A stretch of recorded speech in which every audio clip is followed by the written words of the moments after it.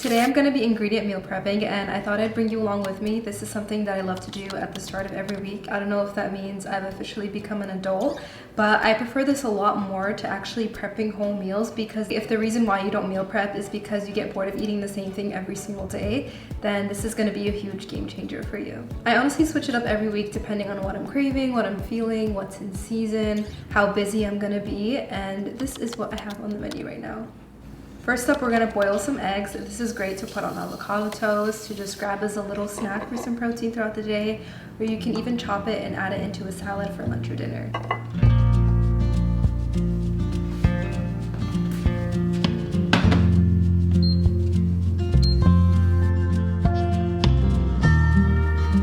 Okay, we're just gonna set a timer now for 8 minutes. This will give you a nice jammy yolk. If you're planning on only using this for salads, then I would go more for about 10 minutes.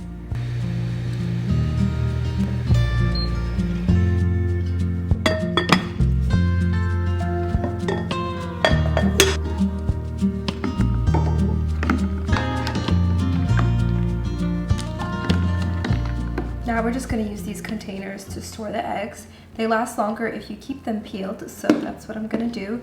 I'll have these linked down below as well.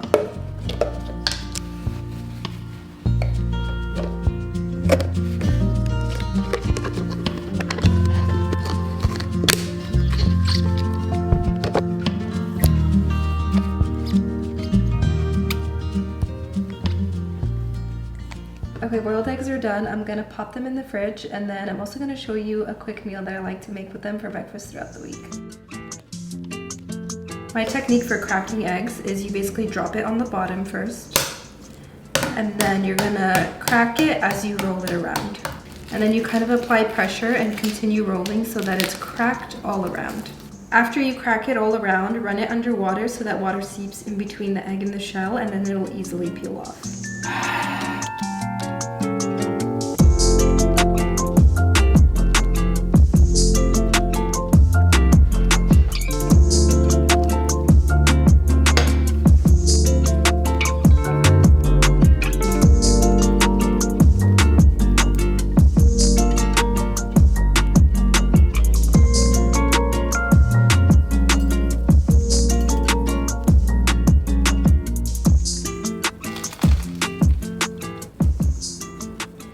This is honestly the best way to have avocado toast. It's just avocado with salt, boiled eggs, feta cheese, hot honey, and then more red pepper flakes on top. And it is just so good. Don't knock honey on avocado toast until you try it. Number 2 is cooking some jasmine rice, portioning it, and then freezing it. I used to always buy pre-made jasmine rice from Trader Joe's or the Asian supermarket, but I figured making it at home is so much easier and more affordable, and you can control everything that goes into it. I like to do it in an instant cooker. That way I can have it running while I'm prepping my other ingredients. That way you can move a little bit faster.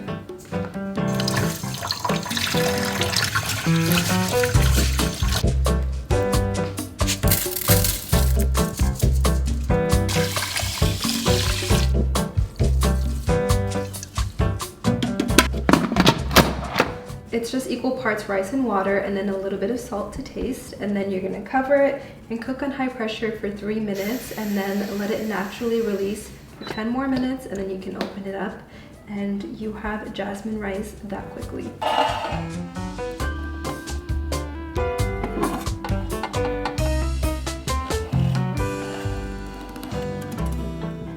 It's really important to let your rice fully cook before popping it in the fridge or freezer to prevent any growth of bacteria.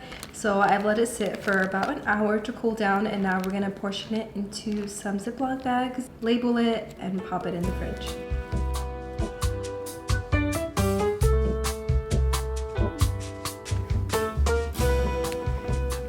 Okay, jasmine rice is done. I'm gonna store it in the freezer. I usually make a bigger batch and it'll give me about 8 to 10 Ziploc bags, but this time I just decided to do less.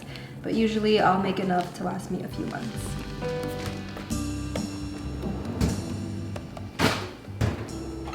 Here's a dish that I love making with the jasmine rice that I froze. I just pop it in the microwave to reheat it, and then I stir fry some ground chicken or turkey and a few spices along with some coconut aminos or soy sauce and some gochujang. I then add it to a bowl with some fresh cucumber, kimchi, green onions, and a little bit of furikake seasoning on the rice, and it turns out so good. If you like it spicy, you can add a drizzle of sriracha, and if you like it creamy, you could also add a drizzle of Kewpie mayo on top, and it has been my favorite dinner to make on repeat, so I hope you enjoy it. Number 3 is roasting some potatoes. This can be some russet potatoes, sweet potatoes, whatever you like. And then you could throw it into anything from salad bowls, rice bowls. You can make breakfast plates with it.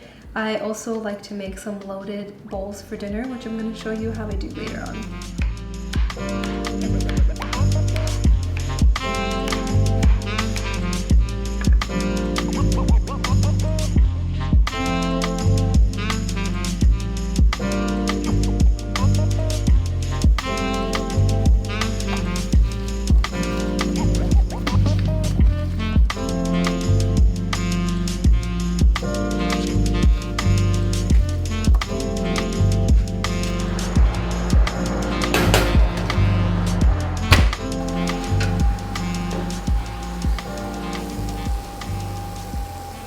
Okay, here's how our potatoes are looking after roasting in the oven for an hour. They're super crispy and golden and delicious. I let them cool down, and now we're gonna pop them into the container.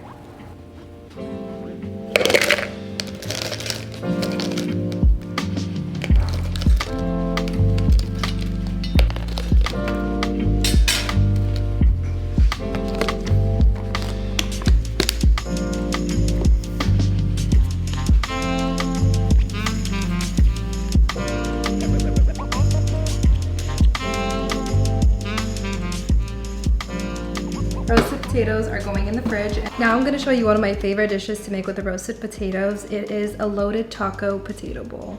You're going to take the roasted potatoes and add them to anything that is oven safe, and then you're going to add some shredded cheese on top and pop it in the oven just to get the cheese toasted and the potatoes reheated and crispy. Then you can top it off with some ground beef, lettuce, guacamole, or fresh avocado, sour cream, cilantro, tomatoes, red onions, whatever you like, and it turns out so good. And surprisingly, when you reheat it, the potatoes re-crisp up and it's as if you made them fresh.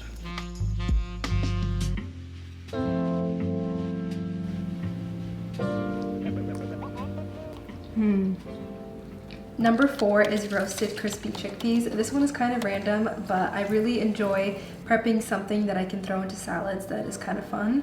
It's a great vegan source of protein, or also they just make for a great snack.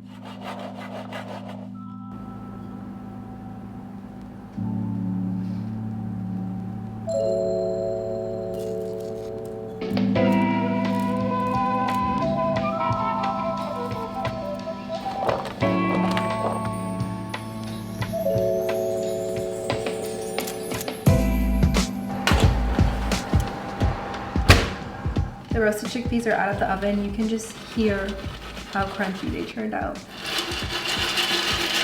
Let's do a little taste test.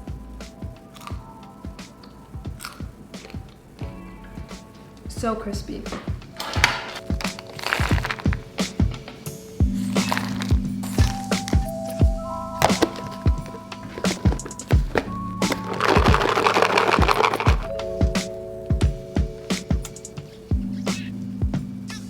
Okay, chickpeas are done. Just a little tip, if you are making the potatoes along with the chickpeas, you can roast them in the oven together so you can be just a whole lot more quicker when you're meal prepping. I'm going to show you a quick salad that you can make with the roasted chickpeas to use as a source of protein. You just add lettuce, cucumbers, red onion, a bit of pepperoncinis, some feta and cucumber, and then you're going to make any homemade dressing that you like or a dressing from the store, and you're going to toss it in with the chickpeas. It's so light and refreshing and tangy. It could be your main meal or you could serve it as a side. That is so good. And now for the final ingredient, which is probably the easiest, we are gonna make some Chia Strawberry Jam instead of buying jam from the store. I figured this was appropriate since a lot of people are talking about chia seeds online. I feel like there's a whole resurgence about it. It takes like 10 minutes to make and it's so good on yogurt bowls or on toast with peanut butter. So without further ado, let's get into prepping our ingredients for the week.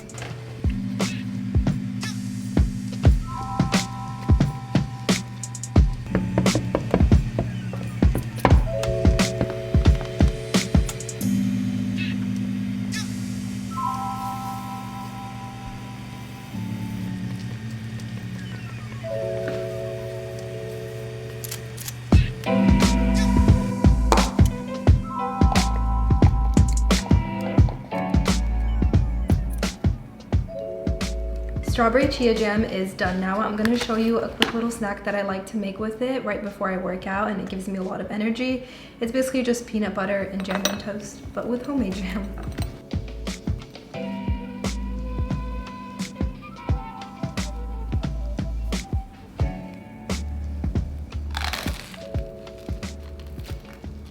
That is so good. Homemade jam just really makes it so much better. Another way that I love to enjoy this jam is in a parfait bowl, so I'll just add my favorite yogurt and then top it off with the jam. I also like to add a dollop of almond butter or peanut butter and then some granola and a little bit more honey to finish it off.